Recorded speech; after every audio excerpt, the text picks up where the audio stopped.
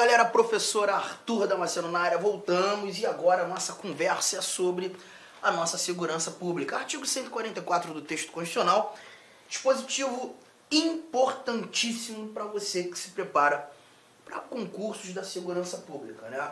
A Polícia Civil, Polícia Militar, enfim, esses nossos dispositivos que exigem o exame do artigo 144. Coisa rápida, porque aqui a gente tem um bate-papo muito tranquilo, apenas um artigo, como disse, o artigo 144, e quando as questões aparecem sobre a segurança pública, sobre esse nosso artigo 144, essas questões, em regra geral, elas trabalham a literalidade do texto constitucional. Por quê, Arthur? Porque aqui a gente não tem tanta informação jurisprudencial ou até mesmo no campo doutrinário para desenvolver.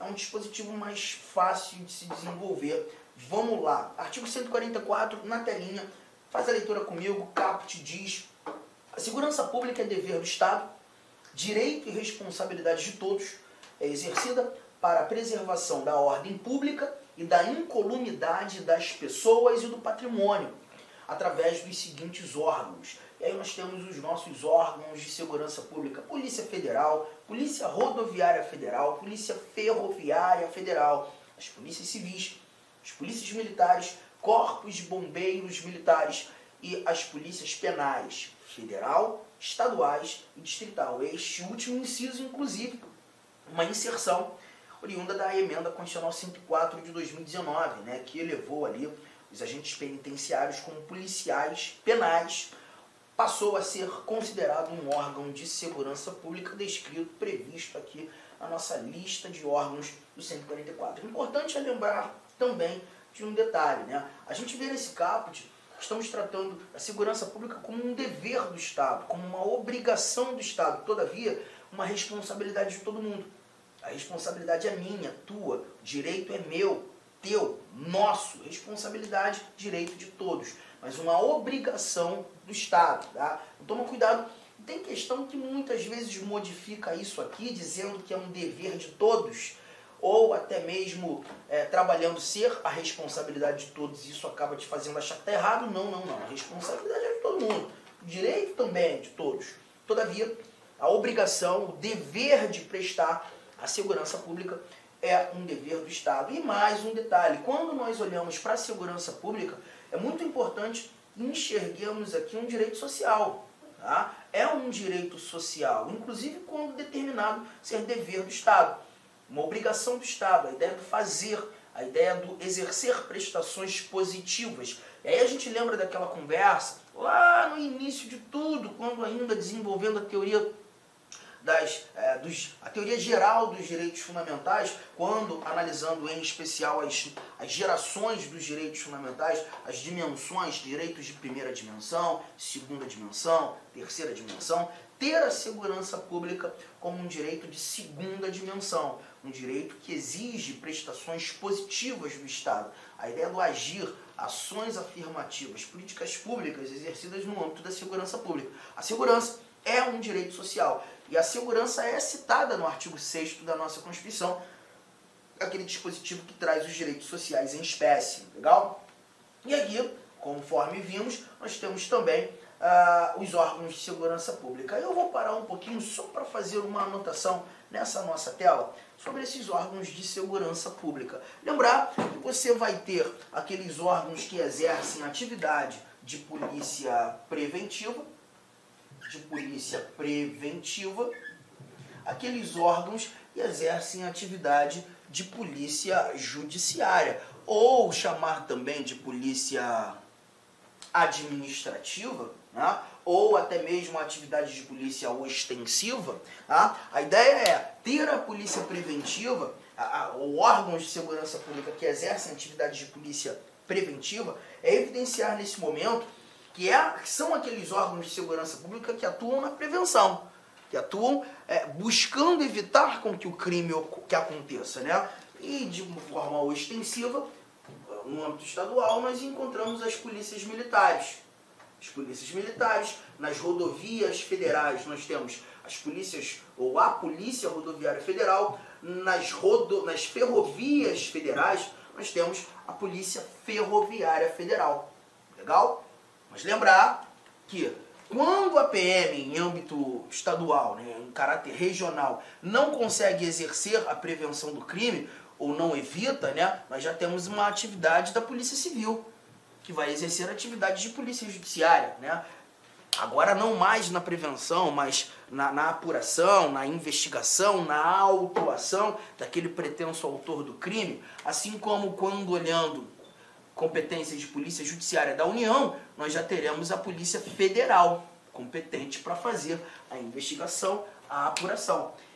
Bom, o meu quadro ainda reserva aqui um espaço para tratar de defesa civil, né? Porque quando a gente fala de defesa civil, aí nós temos os corpos de bombeiros militares, que também foram citados como polícia, ou melhor, como órgão de segurança pública, não exercendo atividade de polícia preventiva ou atividade de polícia judiciária, mas exercendo a defesa civil. É isso que nós iremos encontrar aqui na descrição dos parágrafos do artigo 144. Muito se discute sobre a atividade das polícias penais, né? Eu já vi parte da doutrina, alguns doutrinadores apontando que seria a ideia de uma polícia, uma polícia repressiva, né? Repressiva, judiciária.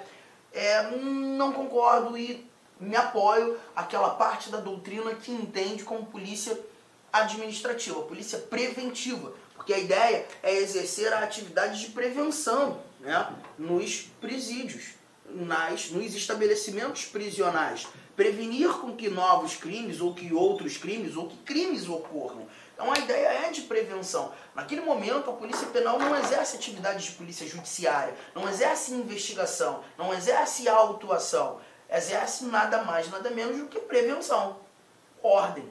A ideia de exercer atividade de polícia preventiva. Mas alguns detalhes importantes que nós não podemos deixar de lado. A Polícia Federal, eu preciso entender como um órgão híbrido. Um órgão híbrido. E nós veremos isso a partir de agora. Por que órgão híbrido? Porque nós temos a Polícia Federal competente para exercer tanto atividade de polícia judiciária quanto atividade de polícia preventiva. Vamos lá? Vamos começar a conferir isso aqui?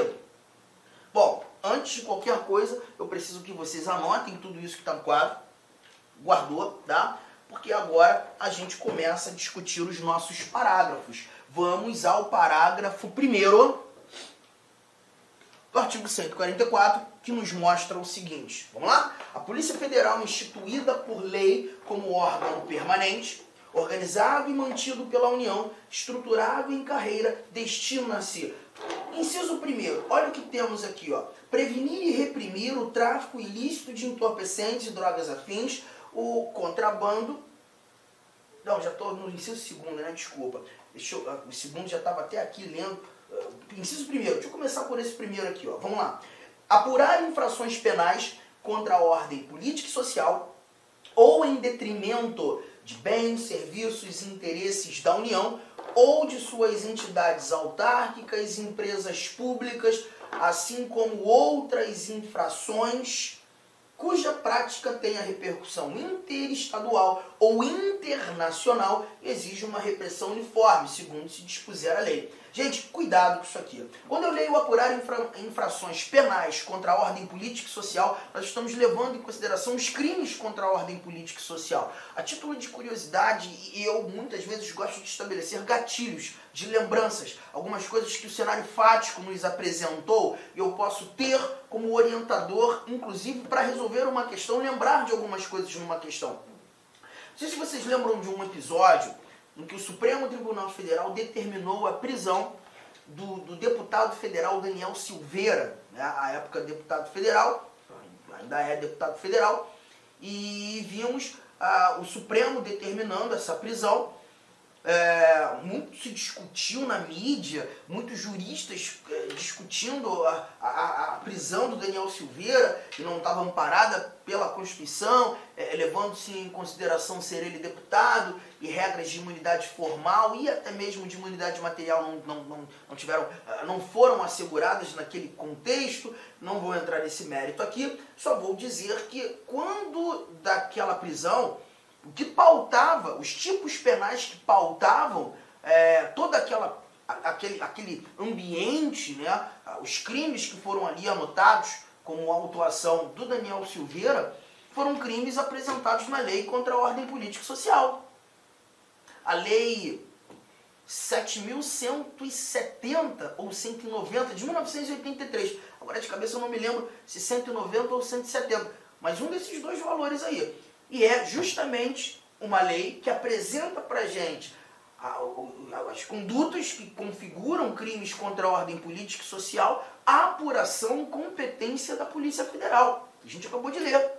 E diz mais, ou essas mesmas infrações penais em detrimento de bens, serviços e interesses da União. Quando leio União, estou falando da administração direta do governo federal, mas ele complementa, e de suas entidades autárquicas, empresas públicas. Então a gente já partiu para o ambiente da administração indireta. Crimes que atentem e sejam praticados em detrimento das entidades autárquicas, das entidades fundacionais, fundações públicas que se equivalem, e as empresas públicas, ainda assim teremos a Polícia Federal competente para apurar, fazer a investigação. Você está percebendo que nesse cenário, nesse contexto, a gente não leu Sociedades de Economia Mista?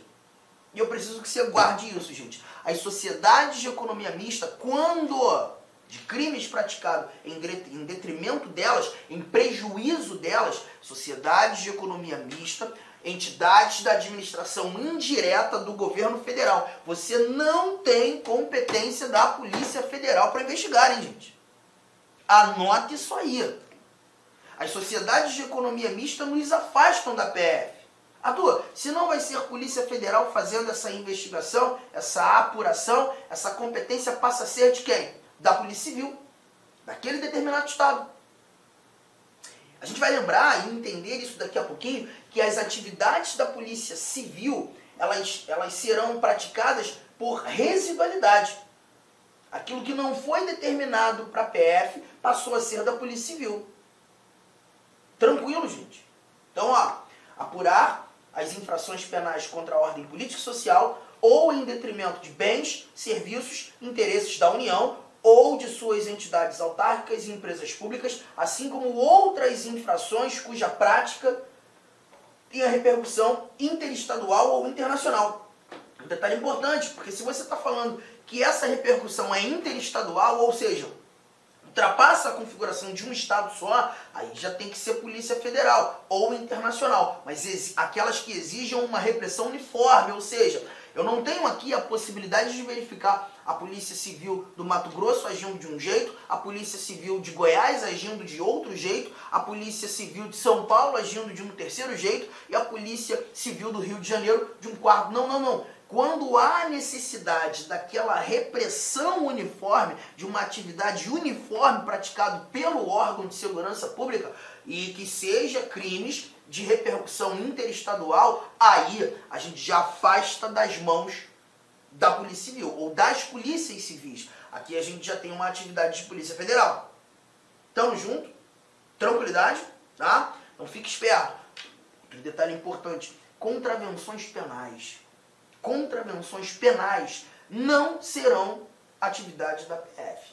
Tá? Tira a PF em se tratando de contravenção penal. Em se tratando da PF exercendo atividade, a gente está levando em consideração as infrações penais, os crimes propriamente ditos. Tamo junto, mas tendo como amparo toda essa brincadeira aqui. Vamos lá, nosso segundo inciso, agora é aquele que eu queria ler: prevenir e reprimir o tráfico ilícito de entorpecentes e drogas afins, o contrabando e o descaminho, sem prejuízo da ação fazendária e de outros órgãos públicos, as respectivas áreas de competência. Gente, é justamente esse detalhe, prevenir e reprimir esses crimes todos citados, que a gente vai ter a Polícia Federal como órgão híbrido.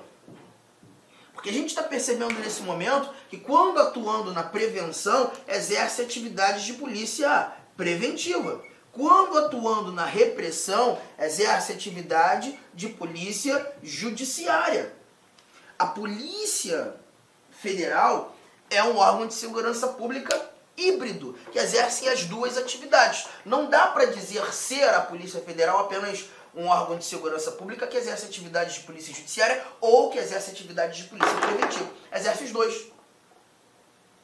Ou as duas atividades, tá? E aí é lembrar, quando você voltou daquela sua viagem internacional maravilhosa que você faz, todo ano você faz pelo menos umas 3, né? Sempre que você volta, você passa ali por aquela alfândega e tá lá no finalzinho, né, do corredor, a galera da Polícia Federal com a galera da Receita Federal, trabalhando conjuntamente. Por quê? Justamente por conta do que você está lendo aqui nesse inciso segundo: prevenir e reprimir o tráfico ilícito de entorpecentes, drogas afins, contrabando, descaminho, sem prejuízo da ação fazendária. Ou seja, a Polícia Federal, e em regra geral, nesse caso, exerce atividade de polícia preventiva, ela vai atuar sem prejuízo da atividade da Receita, sem atividade da ação fazendária do Estado. E quando digo Estado, digo poder público como um todo.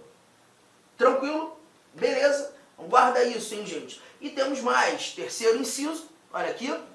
Exercer as funções de polícia marítima, aeroportuária e de fronteiras. Então a gente percebe, verifica aqui a Polícia Federal atuando nos portos, a Polícia Federal atuando nos aeroportos, atuando nas fronteiras, a Polícia Federal exercendo, né, as funções de polícia marítima, aeroportuária e de fronteiras. Temos mais, quarto item, quarto inciso: exercer com exclusividade as funções de polícia judiciária da União. Gente, aqui eu preciso que você tome um cuidado danado. Preste atenção.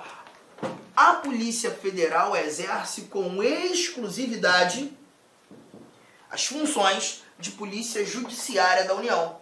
E quando você lê a PF exercendo com exclusividade essas funções de polícia judiciária da União, você está levando em consideração, dentre os órgãos de segurança pública, que temos PF, PRF, PFF, as polícias civis, as polícias militares. Amigos, inicialmente eu peço licença a vocês, pois interrompi os seus estudos, mas esse vídeo é um vídeo promocional da Lá Concurso, é um vídeo para você se deparar aqui com o nosso site. Se você quiser assistir o final desse vídeo, se você quiser assistir o PDF, quer fazer o curso completo, ponto a ponto do edital, super atualizado, enxuto, eu convido você a se matricular no nosso curso, tem um link aqui embaixo, o investimento apenas R$ 119,90. Para de reclamar aí que eu cortei o vídeo, cara, vai lá, tira o escorpião do bolso. Ah, não tenho, mentira, não acredito nisso, R$ 119,90, esse curso fabuloso aqui da Lá Concursos, o melhor custo-benefício do mercado. Ali você vai encontrar, tá certo, todo o conhecimento necessário e suficiente para você ser aprovado no concurso da Guarda Civil. Só depende de você. E ainda, você tem ainda a nossa metodologia do Personal Coach, que é o estudo e regime de metas. Bacana? Vamos lá, vem estudar com a gente aqui na Lá Concurso. Forte abraço, fique com Deus. Tchau, tchau.